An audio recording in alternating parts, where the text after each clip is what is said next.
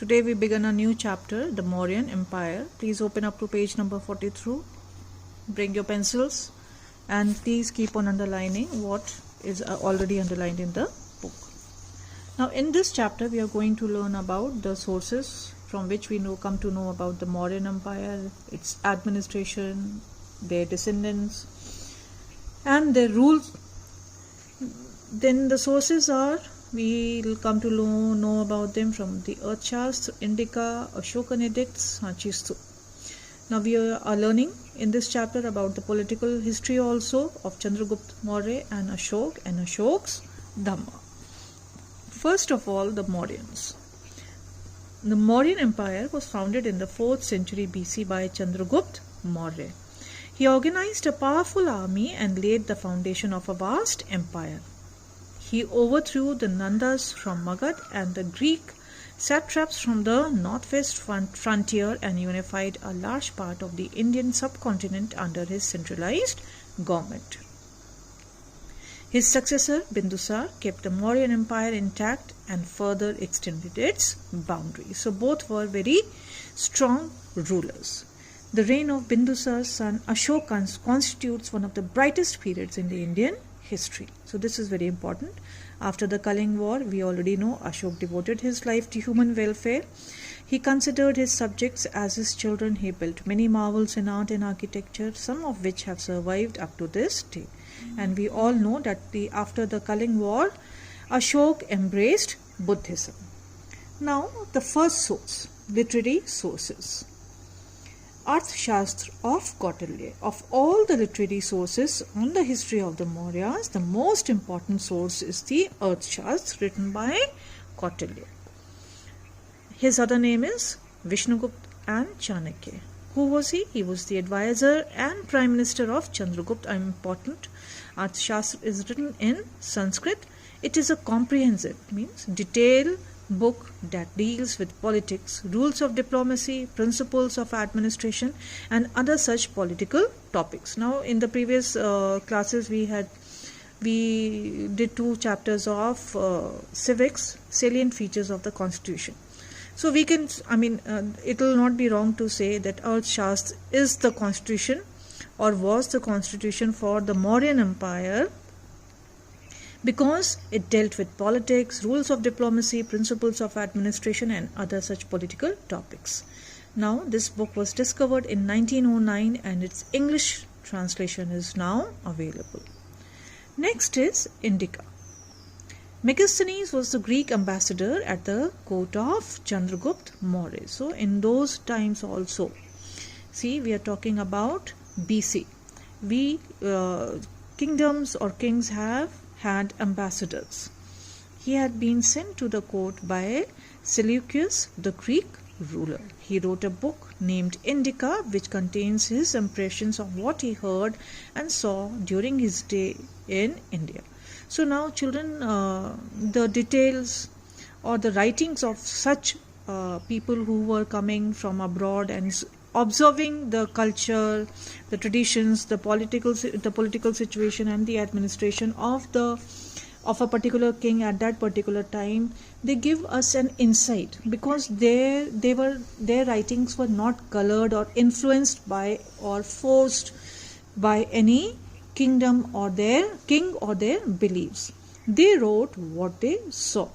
So, but as they say, history should always be taken with a pinch of salt. Not everything you will read will be correct, but then you can learn a lot from history. Megasthenes' original Indica has been lost, but its fragments still survive in the writings of the later Greek authors like Strabo, Arrian and Diodorus. Fragments over here, maybe they refer to that. We see the way Arthashastra was found in 1909. Indica has not been, nobody has been able to find Indica, and it is believed to have been destroyed at some point of time.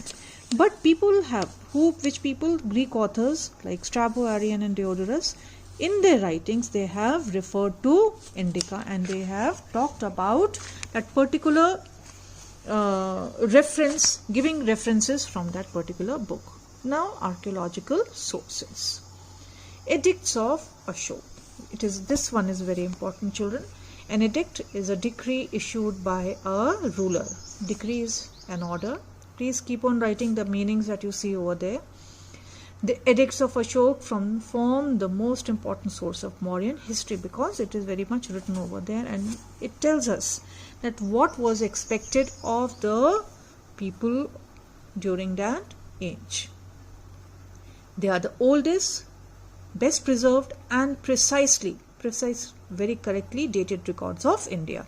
These edicts are inscribed on rocks and pillars throughout the country and include 14 major rock edicts, 7 pillar edicts and a number of minor rock edicts.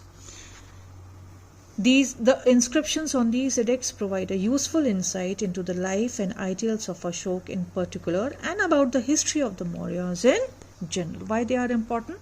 Because they give you an insight as to what kind of life and beliefs the people had during that time, especially of Ashok. Now, the most important event of Ashok's reign was the conquest of Kalinga.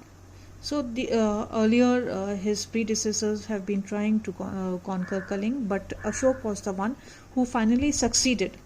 And then when he saw the indescribable sufferings and atrocities during the war, he was deeply touched, his conscience that is, and he made a solemn resolve, that is, a serious promise not to take up arms any more.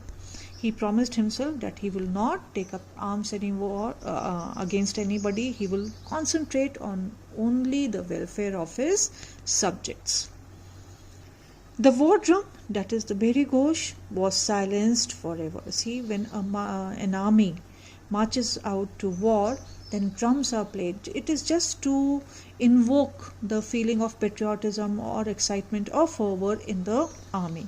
It was just not common in India, it is common all throughout the world. Whatever instruments are local to that particular place, they are drummed up, or the music is played, the war music is played on that, and then with that the armies march on to the battlefield. And henceforth were heard only the echoes of Dhamma Ghosh. Dham over here is the Dharma and the call to, or it is the call to non-violence and universal peace. So for Dhamma Ghosh you can say it is the call to non-violence and universal peace. In pursuance of his policy of non-violence, Ashok prohibited killing of animals for sacrifices, advocated restraint in the number. See, Buddhism was already preaching this. Advocated restraint in the number that had to be killed for consumption. So people were allowed to eat non-veg, but they were not allowed to sacrifice animals for any ritual purpose. Protected some of the animals. So it's the same we are doing, children. There are certain animals are endangered, some are already extinct. So this was, see, even in those days, certain kings had the foresight to do such things. And in general condemned, means opposed cruel acts against animals. Reference to protection of animals is made in the Rock Edict, which states, formerly in the great refectory, let us quickly read this, and temple of this is what is written in the on one of the edicts, and it has been translated into English. Formerly in the great refectory and temple of the heaven beloved king Piyadasi, daily were many 100,000 animals sacrificed for the sake of meat food. So even at this day, while this religious edict is under promulgation, from the sacrifice of animals for the sake of food, some 2 are killed or 1 is killed. So from hundreds of thousands, only a few are killed. But now the joyful chorus resounds again and again that henceforward not a single animal shall be put to death. Now the second archaeological source is the Sanchi Stup.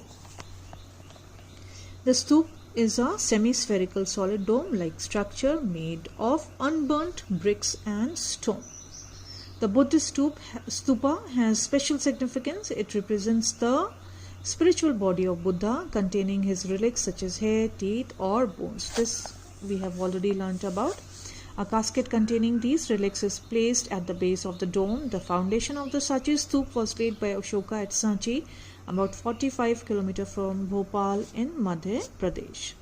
There are 4 gateways in 4 directions.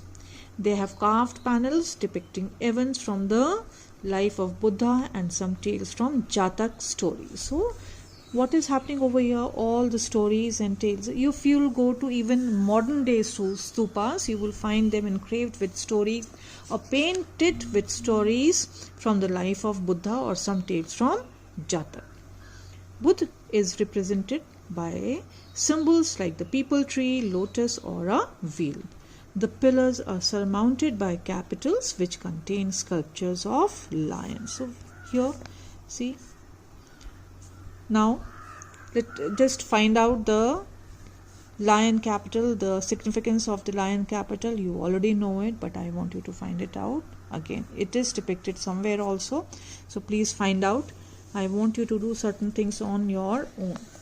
Now, in this video, we'll do only the literary sources from which we come and the archaeological sources from which we come to know about the Mauryans. And in the next video, we'll continue with the Mauryan Empire and the major rulers, Chandragupta Maurya, Bindusar, Ashok, the Kaling War, and so on and so forth. Meanwhile, I want you to give these 4-5 particular topics a thorough study. Read them once, twice, underline, write down the meanings of the words which are already written. And if in case you have not understood something, please note it down. We will discuss it when the school reopens.